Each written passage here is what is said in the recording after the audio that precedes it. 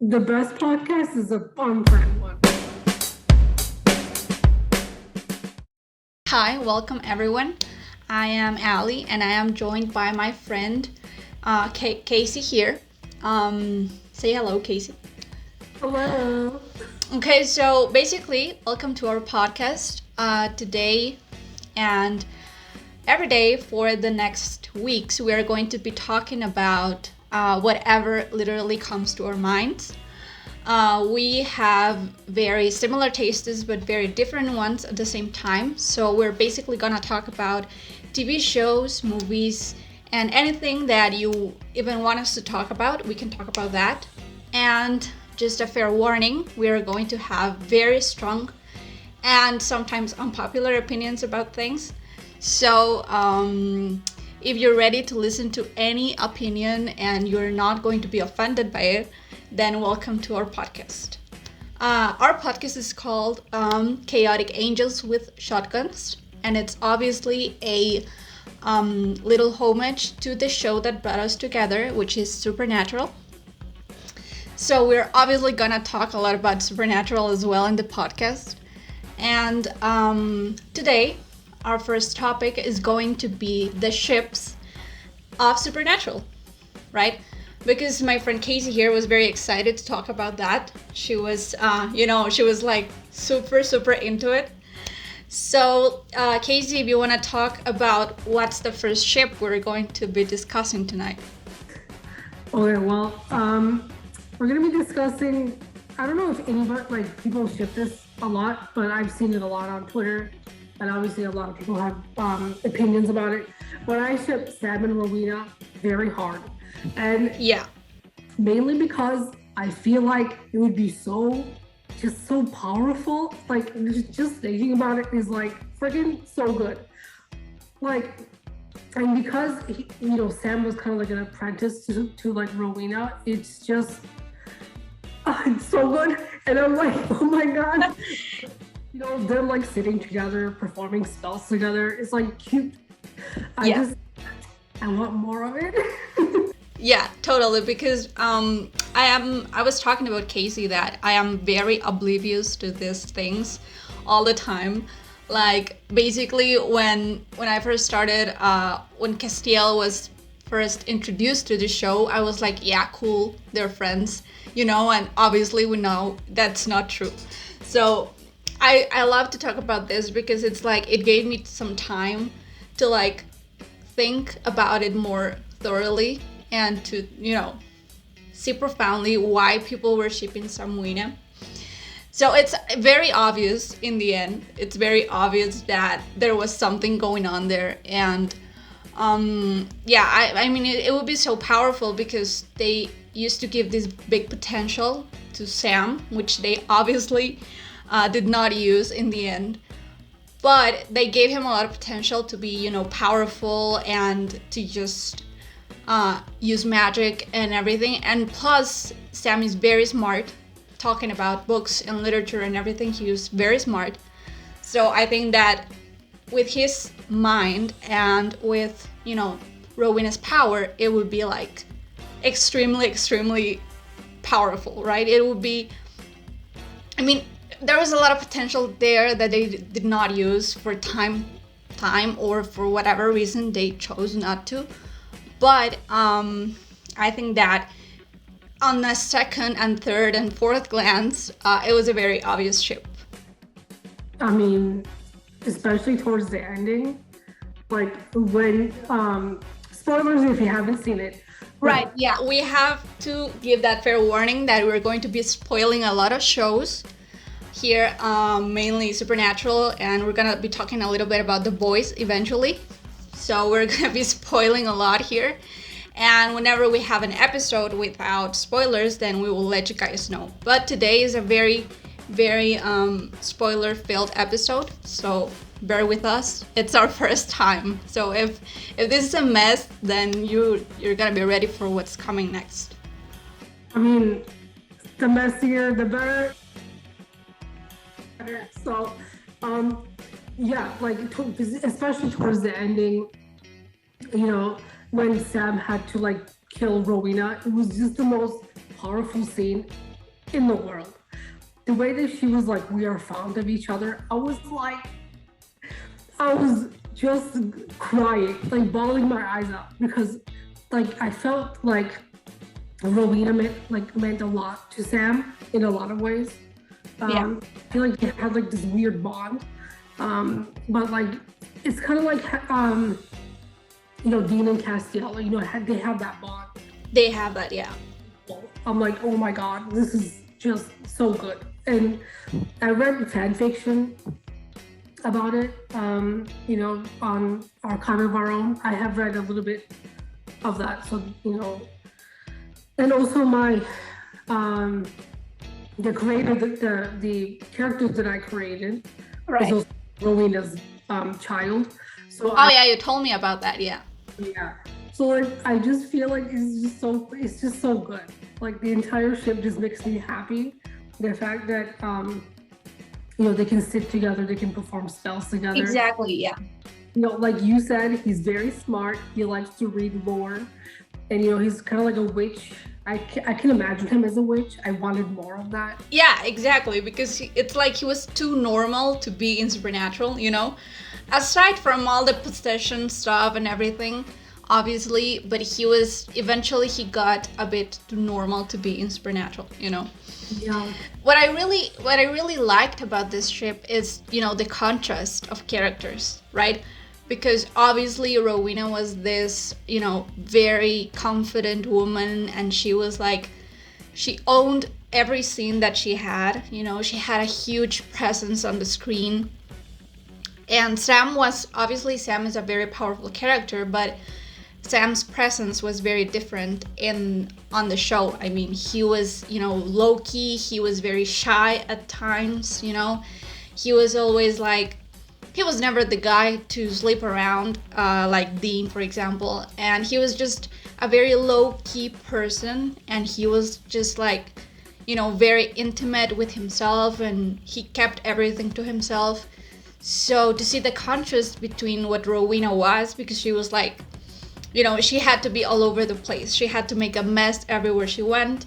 So I think that was like a very good contrast, between them. It was like whenever they interacted, it was like she was bickering and he was like so annoyed at her that he didn't know if he had to say something or just shut up and be like, okay, I'm gonna bear with this woman, right? So it was like that interaction that made it very fun. And we obviously have to talk about the difference in their height, because Rowena was very, very tiny, and Sam, well, she had a lot of nicknames for Sam, because he was huge. So I think that even that small detail of the height difference was like a huge thing concerning that ship. Yeah, I mean, the height difference makes it all better. I'm like, oh my God. Because Sam is taller than her, and that relationship is just cute, like so cute, like having a boyfriend that's taller than you. Exactly. So it was there all the time, right? Because I mean, if she had been like probably not as tall as him, obviously, because no one is, but like bigger or something like that, it wouldn't have been the same interactions or the same picture that we had of the two of them. Yeah, I mean, I definitely think that the ship, like I definitely felt like, not like the ship, but like Sam as like a witch, like an apprentice to her. Yeah, it just made me it made me happy to think about that, because I feel like he would be very into it. I remember this one episode, I don't know if you remember it, but it was like and he had to go and get the book. I think he was gonna get a book or something. Yeah. Oh yeah, that there were like two witches that were against them. Yeah, I don't remember. I'm very bad at names of the episodes, so that's a very big warning here. If the audience knows the name of the episode, then you can just what we're talking about. But yeah, it was like young witches that were trying to bring their mother back to life, I think. Yeah, it was something like that. Yeah, and yeah. Mm-hmm. he was so good. Like he just sat there performing spells. What a freaking Exactly. iconic human being. I love him. But like entirely, it was just so good. And I feel like we needed more of that. You know, Sure. like training with Rowena, like bickering. I feel like enemies to lovers was definitely like Yeah, definitely enemies to lovers because I was watching the early scenes when they first introduced Rowena, and obviously as the audience you were like, oh my god, I hate this woman, because she's obviously siding against the boys, but like it was this bickering that it was more obvious with Sam, because it was like more Dean against Crowley, and obviously Cass against Crowley, but it was more Sam against Rowena. So it was like very obvious from the start that there was like the tension, the tension that it was inevitable. And yeah, because I feel like when they introduced Rowena and then they saw that Sam was going to be performing a lot of spells, I thought that they were going to go back to the whole psychic thing that he had. I thought that they were going to be like, okay, his powers are going to like wake up here, and they did not do that. So it was probably a waste, of character. But yeah, because he had the potential, he had the power, and they didn't use it. But the show was focusing on a lot of things at that moment, with Crowley, with Dean, everything. yeah. But I honestly wanted to see Sam with like psychic powers. I think it would be really like it would have been so good. Like, you know, the the episodes like that I remember like that have like Sam, like elements to them.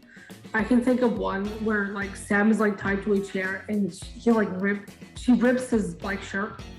Right, yeah, I saw that scene, this weekend. Lives right here in my brain. And there's also another scene where like Rowena's like leaving and Sam grabs her arm. Right, and it's, yeah, and you know what's the best part about that scene? Is that Sam is sitting down, so he's obviously smaller, and so Rowena is kind of at the same height, they're kind of at the same level. And it's a very powerful scene because, Sam is never like that with anyone. He can be tough and he can be everything, but he's not like that. So when you see him, grabbing her like that, you're like, what is going on here? What?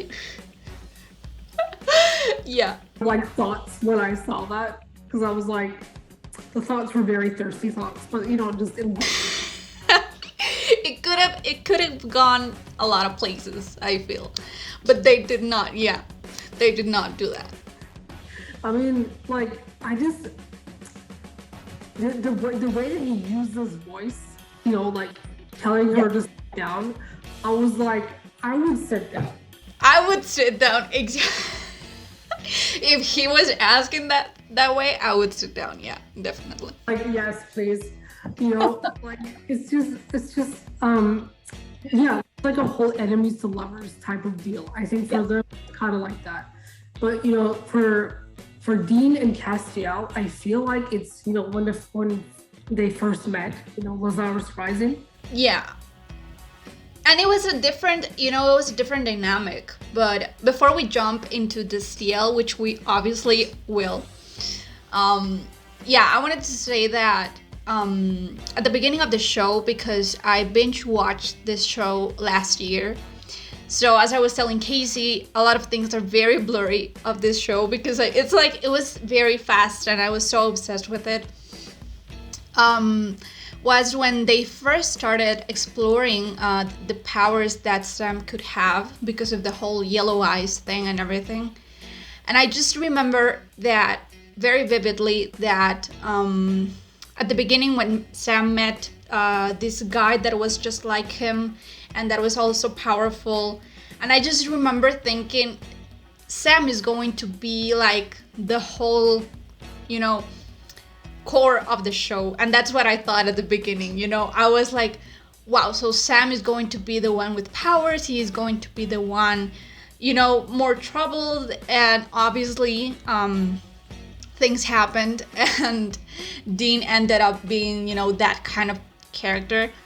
But I feel like, yeah, that was a very wasted potential that Sam had, because when he started moving things, and then they go all the way to season 15, and then Jack can do that. It's like all the flashbacks and all of that was like, Sam could have done much more, if they wanted to. Sam could have been that big. Could have had a lot of potential. I definitely. Yeah. The character of Sam, I feel like he was just so powerful, like, and very, very strong, like, mentally and physically also, because all the pain that, obviously both brothers went through a lot of pain, but Sam was just insanely strong, Yeah, I definitely feel that he was, because I remember that one scene where, like, Lucifer was, like, living in his head. Yeah. I was like, his organs were, like, turning into, like, mush, literally. And he helped this woman, like, talk to her brother. Yeah. This man is the most, like, I felt like he was the most strongest person at that very moment, like, when I saw it. Because I was going through a very hard time, depression and things like that. Yeah. But that allowed me to be strong and allowed me to be clean for 10 years. So that only scene is like, it lives in my brain.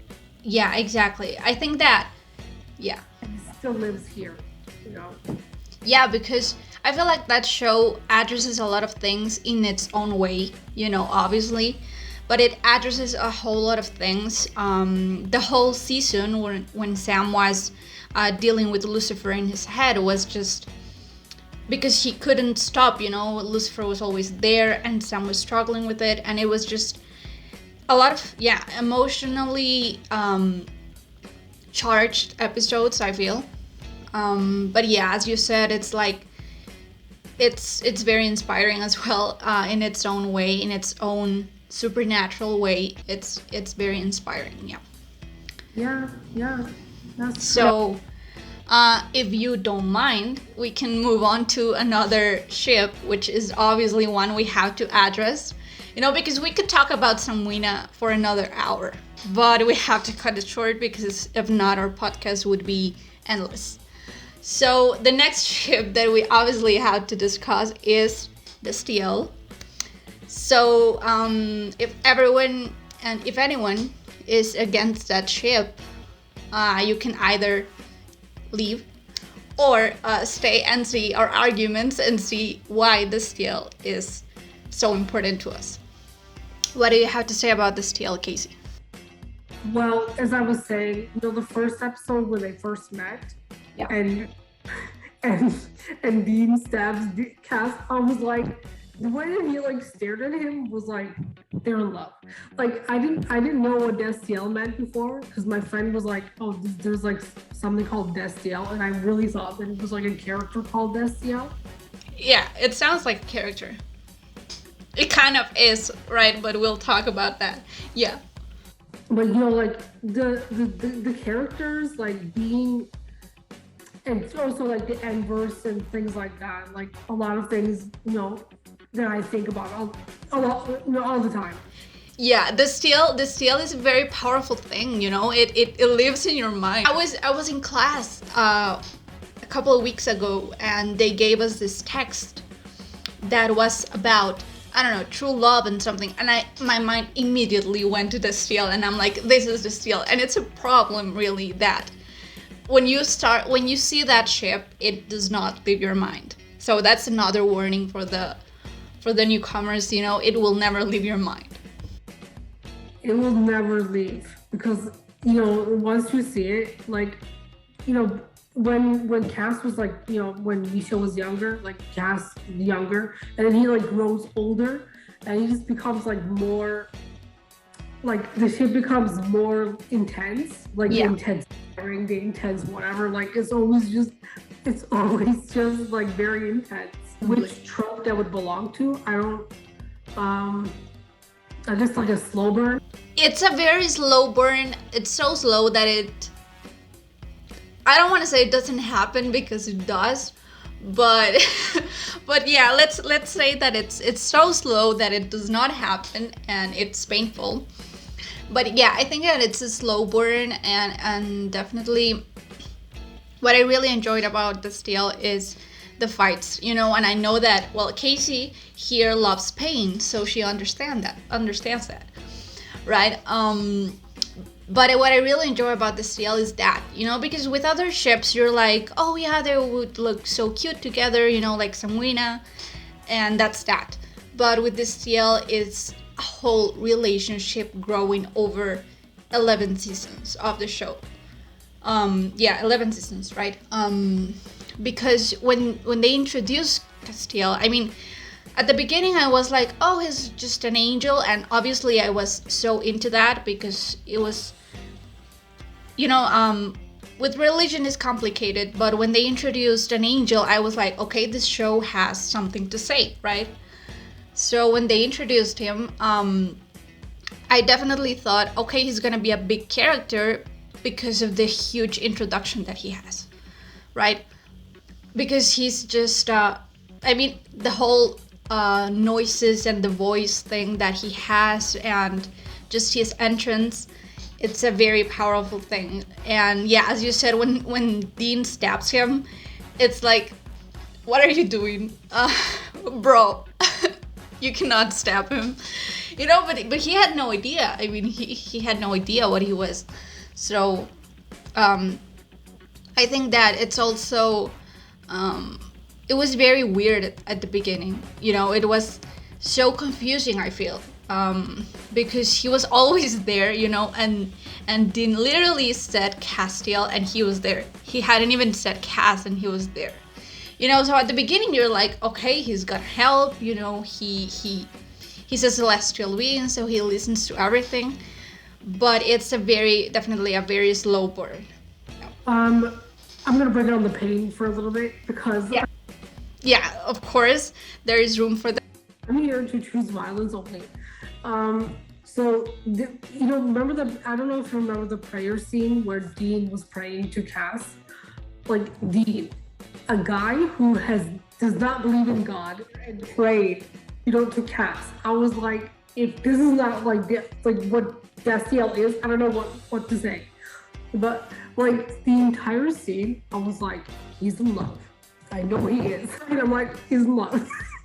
But like, that scene is what sold it to me. Like, a guy who doesn't believe in God, he doesn't believe in all of this. Like, he didn't believe in angels before. He didn't, yeah. And now he's like sitting here on his knees praying to Cass. I'm like shook the entire time. Exactly. What's the worst about that is that even after Cass obviously tells him, yeah, God is real, God exists, and I've met this guy, Dean does not care about that, and no matter how many times Cass tells him that God is around, Dean chooses to pray for him. He prays to him, and it's like so powerful because Dean constantly says that he stopped believing in a lot of things. He stopped believing in his father when he saw that John was not, because John is a whole other topic, and that's another type of violence that we're gonna be choosing on another episode maybe. But Dean was just so disappointed in everyone, including his father, including sometimes Sam disappointed him, but he was never disappointed in Cass, I think. So it was like very powerful to see him pray to him, and just because that was the first thing that came to his mind, Cass is gonna be listening and Cass is gonna come. And yeah, I feel like that's one of the main demonstrations of love, believing in someone and believing that they're going to be there for you. Yeah, I mean, I feel like they're like yin and yang kind of. I've always thought that, but and also like the fan fiction that I have read over the years, like really just solidified it. You know, if you ever read Yeah. Twist and Shout or 91 Whiskey or something like that, like I read Twist and Shout, but I did not finish it because I was told what happens in the end, and then I threw my phone because I was tired of it, and I started crying. That was like the second fan fiction that I read that caused me to act like this. Like it was beautifully written.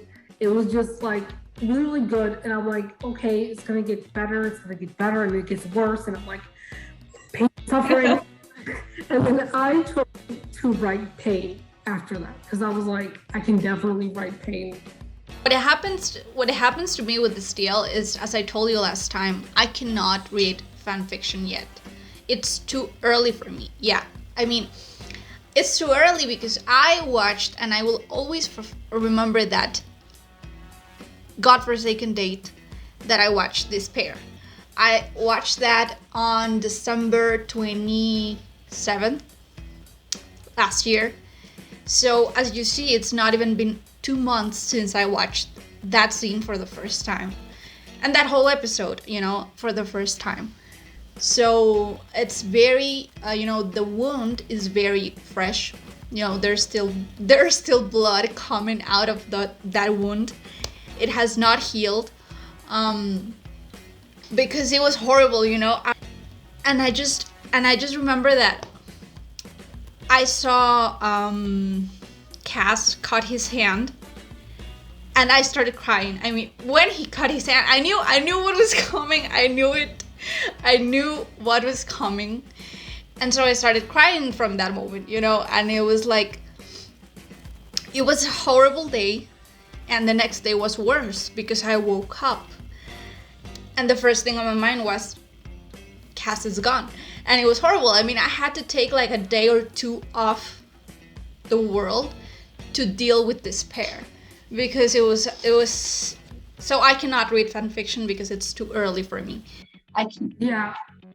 I've been watching the show for 15 years now. Like, I've been watching it since it came out. I was very invested in it. Like, I was super invested because I was like, okay, it's gonna get better, it's gonna get good, whatever. But like, season 15 was such a dumpster fire that when I watched, like, Cass, that scene, I was like, did he actually say that? What? Season 15, it's like, everything is gonna be okay. With season 15, you're like, we're all gonna be good. They're gonna solve it as they always do, and we're gonna be good. So yeah, that was, it was a very shocking episode in so many ways because season 15 was like, we're chill, we're gonna be good, and then they're not. So it makes me angry that they gave us this and then they give us that scene. I'm like, listen, if you're not gonna make it a canon, whatever. Like, I mean, if it's gonna happen, it's gonna happen. But you don't tell me that he said this before. He literally just. You know what? And it was, and as an audience, we were so we knew. I mean, we had it in our heads that this tale was never gonna happen. So I remember also that when it was, I think it was the first episode of the season, that Cass tells him about, you asked what about all of this is real, and he says we are. It was a very horrible thing to watch. I mean, I swear I screamed, obviously, because I'm a screamer at shows and movies. I mean, that's why I love going to the movies, but I don't at the same time because I'm a screamer, so I cannot scream on the cinema. So, I mean, when Castile said that, I was like, what do you mean, bro? Because I literally did not think that they would make it canon. I did not think that it would happen. So when he said that, I was like, okay, that's gonna be it. They're not gonna address it in any other way. And it got worse. So it got way worse than but like, that seems very unnecessary. That's what I feel. I do have a lot of thoughts about it, especially about Dean, how it ended. I have a lot of thoughts about that because I definitely believe that he did not deserve it. I definitely believe that. I also believe that Castiel did not deserve it. I mean, it was imagined. I imagine like Castiel and Dean and like Sam like in a car, like in the Impala, just going somewhere. It lived here. So like, you know, and after I was done with, this, I started writing the end, like alternate endings. And then I wrote one with Sam, I wrote one with Dean. Like it's just different alternatives, but Yeah. they're all, and I was like, I am satisfied, but I'm not satisfied at the same time.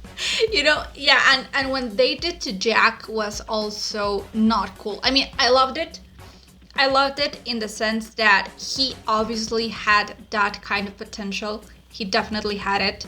And I was so glad because I was like, okay, he deserves to have that power, but not like this.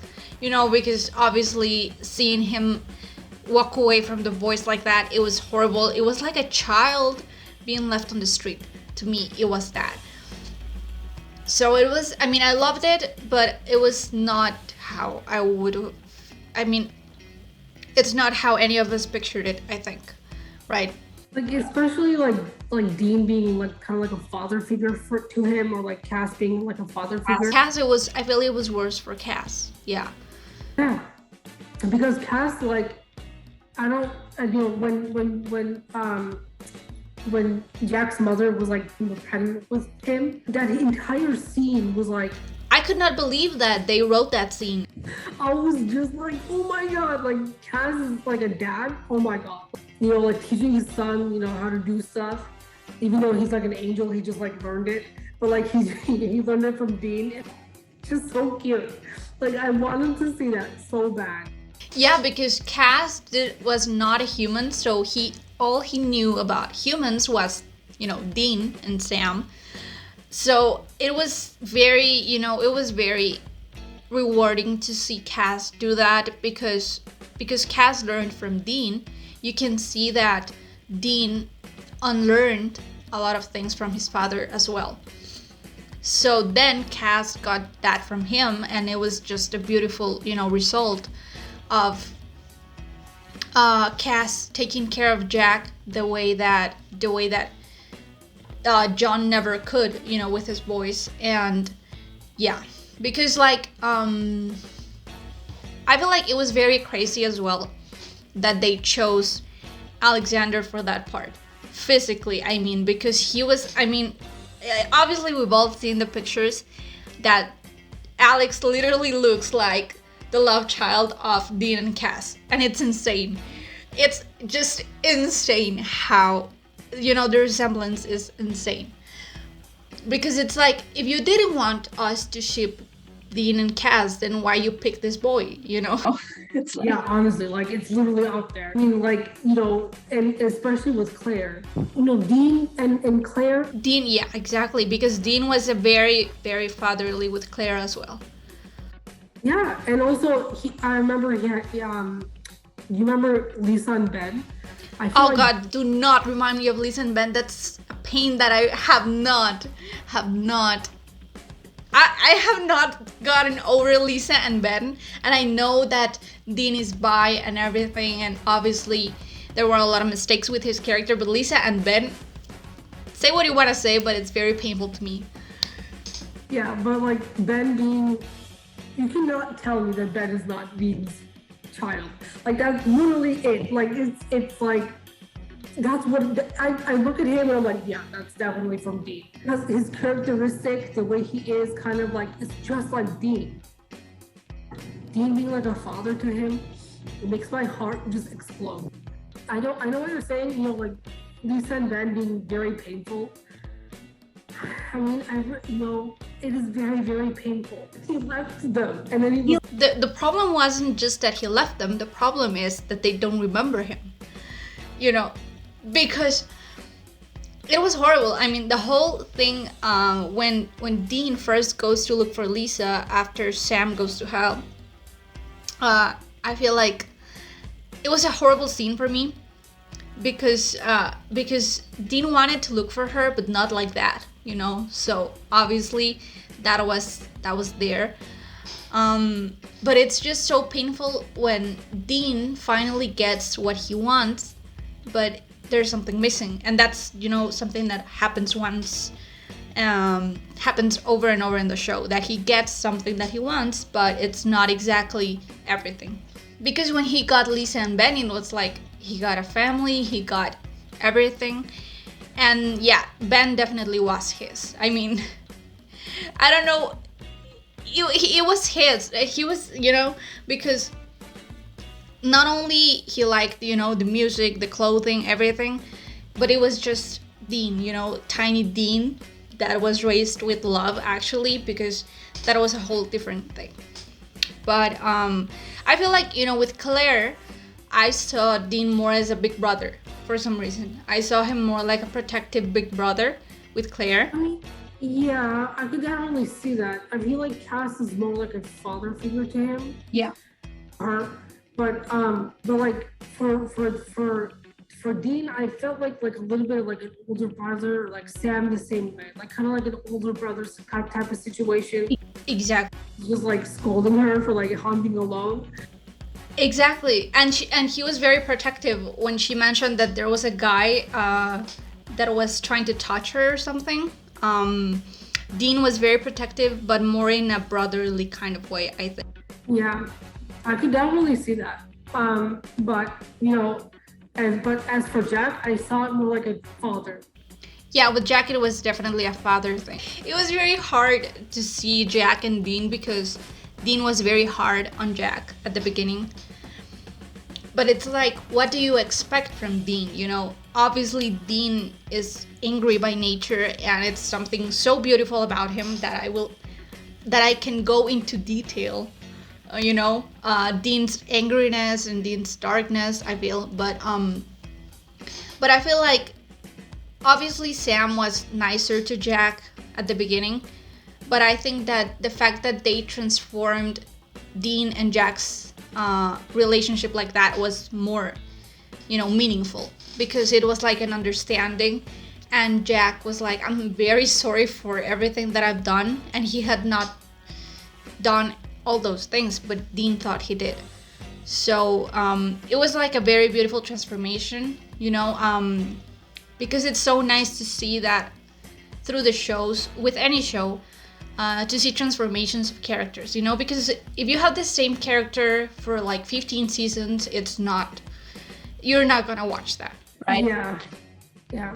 I mean, I had the same argument with the Criminal Minds fandom. I'll get into that later, but yeah, this, the fact that they wanted Spencer Reid to be the same for 15 seasons, like during season 12 he becomes a different person, so like he can't remain the same all the time because he needs to have like character development in order for like the show to move on. It's the same way with Dean. At first Dean was all like, God doesn't exist, angels are not real, and then at first he was just like he was very overprotective, and he was very just angry, and then I feel like later on he got like less angrier, but he was still angry, but he was just less angry. That's how it definitely felt like that.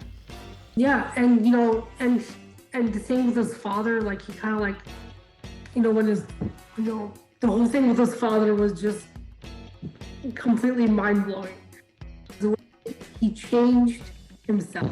He literally changed, like being a soldier that his father could just command. He just became a whole new person. So that's just how I, this is what I think, because in order for like a character to move on, I feel like there needs to be some kind of like arc or like development or something that changes, and he becomes a newer and much better person. That's just what is needed. I mean, the same way with Castiel. At first he was like, I need to find God, and then he found God, and then he was like, I don't want this. and then the same with Sam. First he was like, I'm clean, I'm whatever, and then later on he just kind of accepted it. He also projected that onto Jack. He was like, you're not this person, you're not it, like you're not your father. And I feel like he was going through the same thing because him and his father were fighting a lot. Yeah, I felt like there was the same dynamic. It was just It was very beautiful to see that, exactly, the Sam and Jack thing, because it was like just a reflection. Sam saw himself in so many ways, and I think that it was obviously on purpose with the writers. But yeah, I mean, it was like you're not who they tell you to be, and you can do whatever you want to do. It was a very beautiful projection of Sam with Jack, because obviously Sam has kids by the end, but it's not the same. And obviously, because his kids will not have powers, his kids will be loved by everyone, But I think that these transformations that happen along the show are amazing, because it's not only what keeps the show running, but it's also what makes you not relate, because honestly, I did not relate personally with the characters. It was more like a comfort that I found in them. Because like what you find out about Dean, for example, is that it's not only a change that he has, but it's also more of discovering who he really is, right? Because with John, he had to bottle it up, but it was there, it was inside him, the way that he really was, wanting a house. Because the whole bunker thing was just so, it fed my soul to see that they found the bunker, because it was unleashed so many things about Dean, the whole wanting a house, a family thing. And what was even more beautiful with his transformation was the reunion in Lebanon, That was a horrible episode to watch. I mean, I don't know why I watched this show, honestly. I don't know why we watched it. It's too painful to watch. Because that reunion, it's like, it did not give Dean probably the catharsis that it gave him with Mary, but it definitely was like, so this means I'm good with myself, It was like, if I can be with my father like this, it means that I'm good, I always felt like Sam wanted a life, but he wanted a life with his brother, Like, yeah. He wanted to get married and, have all this, have children, but he wanted Dean to be there. Exactly. And it's the same for both of them, because, if we go back to the whole Distiel thing, for seasons, for years, Dean stops sleeping around with women, and obviously they leave a lot of that to the imagination. And it's so obvious that it's there because, like, even if they couldn't, Dean had settled for Cass. So that's the way I see it, and obviously I bet it's the way a lot of people see it. That Dean settled literally with Cass, and it was like, if it's not you, then it's not anyone. And it's like, for both of them, they wanted to settle and have something real, but they didn't want it unless their brother was there. Yeah, that's what I mean. This whole, like, Dean, when Dean stopped sleeping around, I was like, something is definitely going on. The thing was like, you notice it so fast. It's like, what is happening with Dean? Yeah. I think it happened like after he met Cass. So this whole, like, he doesn't sleep around anymore. I just felt like something really did change in him, like something really big changed, because before he was just sleeping around, having fun, doing whatever, but then he found Cass, and then he just completely changed. He didn't need anything else. And you know what? It wasn't that drastic, because I feel like from seasons like 4, 5, and probably 6, if I'm not wrong, we still saw, things like that, like Dean wanted, to sleep around, find a girl, whatever. But then it got like really serious, like it was like, okay, what is going on with this boy, like, so it's, yeah. And it's like, no matter, I mean, because I don't remember what season was it that Cass is not around for a whole season. I think it's 8. He's gone for like a whole season, And obviously, in terms of quality of the show, that season is not the best. You know, when Cass is not around. But it definitely was. It was obviously something very hard for Dean. You know, not having him around, and the whole trench coat thing. Because I was seeing that scene like yesterday, I think. Because yesterday, and the whole thing with the trench coat, it's like one of the most powerful things that happened to them. And personally, for me, it was like, I'm a person that keeps things from people, you know, like keeps things as memories. And it's like a way of holding on to things and to memories. So the fact that Dean kept that, it was just, I wanted to throw myself out the window with that scene. I never really feel that because that whole scene had me like shook, like completely to the core because he literally kept the trench coat and he kept the. I feel like he had pictures too of like Dean and Sam, you know, in cast together. I kind of like vaguely remember it. I remember posting about it on Twitter. That it was a deleted scene that Cass had a picture of Sam and Dean in the trench coat. Obviously, Cass had to have a picture of them, you know, to remember them. And the fact that like Sam treated Cass as like a family member, you know, like you know, just I feel like subconsciously like Sam really did shit Destiel in his mind. Sam knew and he was there for it, you know, because I've seen a lot of, you know, because I never noticed things on the first glance, so I have to take another one. So I've seen a lot of things with Sam that he just knows, you know, that he's like, okay, I have to live with these people here, you know, and I have to deal with their fights and their makeups. So yeah, Sam definitely knew about that and he was supportive of it because I don't know who posted this, but there was this scene when Dean becomes a demon, bless his soul, and then Sam calls Cass, or I don't know if it's the other way around, and Cass tells him, I miss him, and then Sam he doesn't say anything. He's just like, yeah, because Sam knows that Cass misses Dean in a whole other way, you know, like differently than Sam misses Dean. You know, it's the whole vibe of the scene is like so insane. I remember posting that, and it had me in shambles.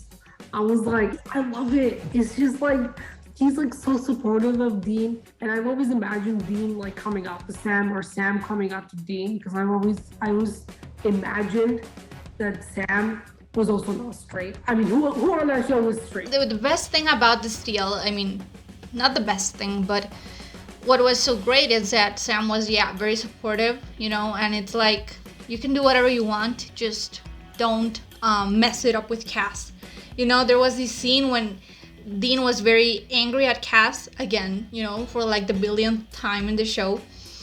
And Sam is like, you should, you know, cut Cass some slack, you know? And then Dean is like, but why, you know? And it's like, because it's Cass. So I was like very shook. Yeah, I was very shook in that part because it's like, because it's Cass. And it's like, okay, elaborate, please, brother. Because it's like, Dean was ready to throw hands at anyone and to stab and to shoot anyone. But Cass made 1, 2, 3 mistakes and he did not do a thing.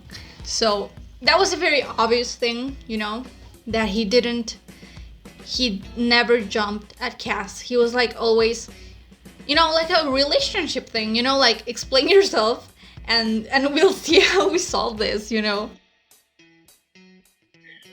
Yeah, I definitely felt that too. I, you know, from Lazarus Rising to like when Cass went on a date. Yeah, that's. We can talk for hours about that scene when Cass goes on a date. Yeah.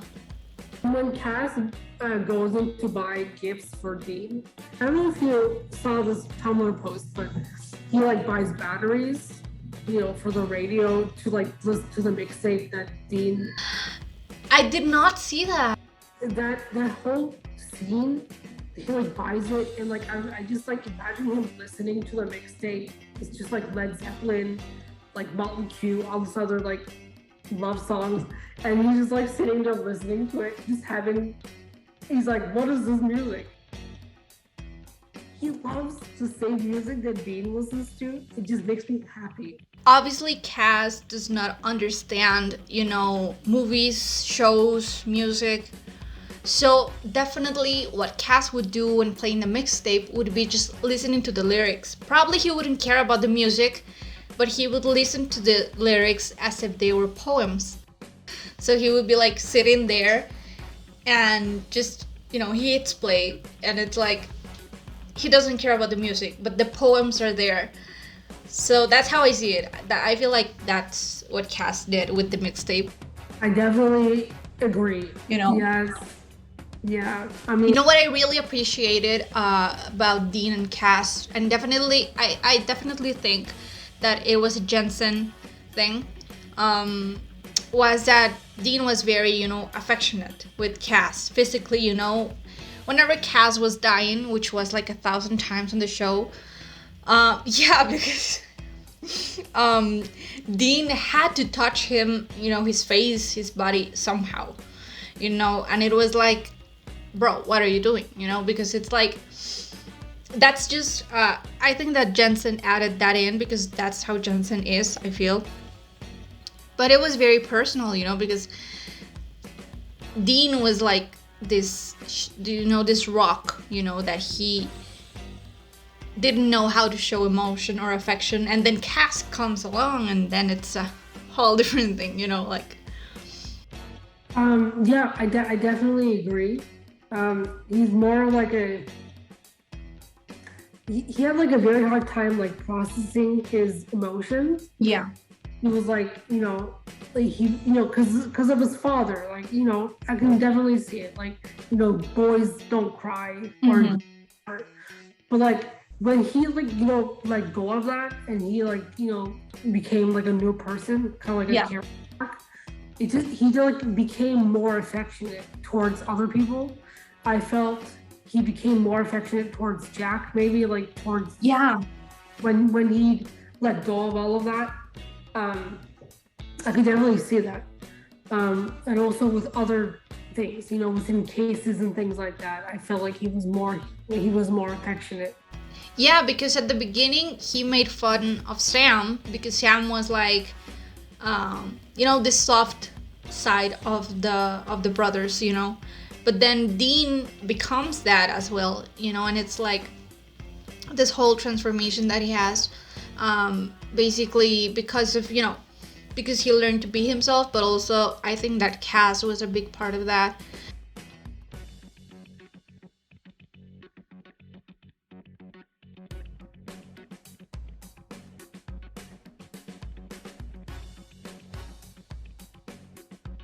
Okay, so how about we wrap it up?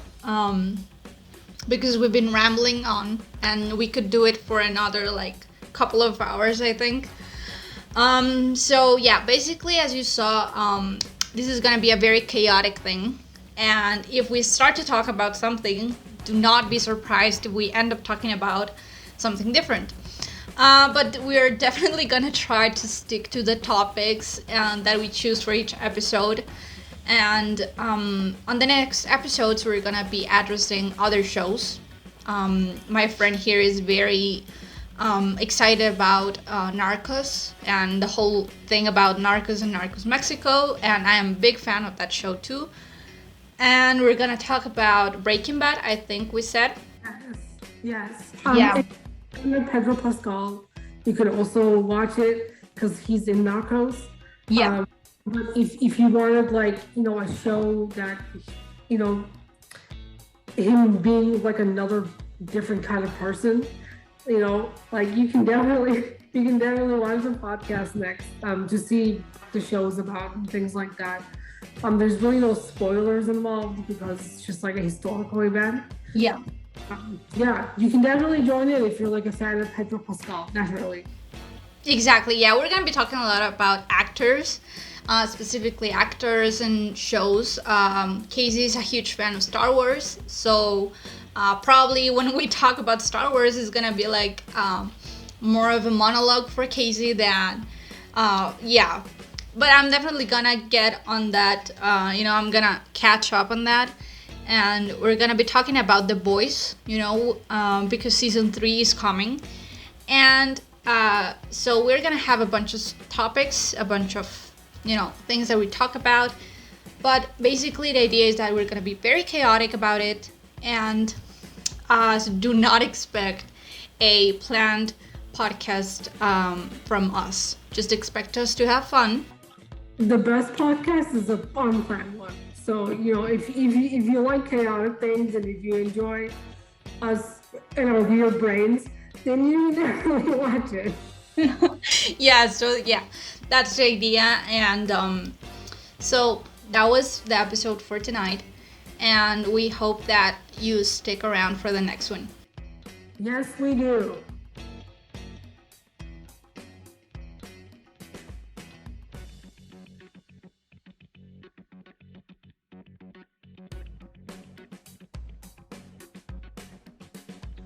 And when they brought back their mother, I mean, well, that was a whole other deal, because I know people have like a whole strong opinion about it, and I have a very strong opinion about it. We'll talk about it later on, but okay. And Sam with his mom, like the way that he didn't even know his mom. It was very hard to watch that. So it was so hard to watch because I was like, he didn't know his mom, and then and his mom didn't know him. I mean, yeah. It was the same. It was different, She didn't know him as a boy, as a son, and he didn't know her yet. Yeah, it was very powerful, and I feel like, what was I gonna say? I felt like, and with Sam's whole transformation with his dad and also his mom, kind of talking to his mom about what he has been through and all this other stuff. It gave me a lot of just pain in my heart. I wanted to just sob forever because it's so good. And what I really loved about that was when Cass, when eventually you get to the part of the show where you say, okay, so Cass is gonna become human, because there's a whole thread of things that happen when Cass loses powers and then he loses his wings. So it was I had come to terms with the fact that Cass was gonna become human eventually. Yeah. But they didn't. When he was human and he stared at Dean and Sam for the first time, he was like, oh my god, they're beautiful human beings. I cannot even believe. He had that mind blown. Because he saw their souls before, Exactly. Yes.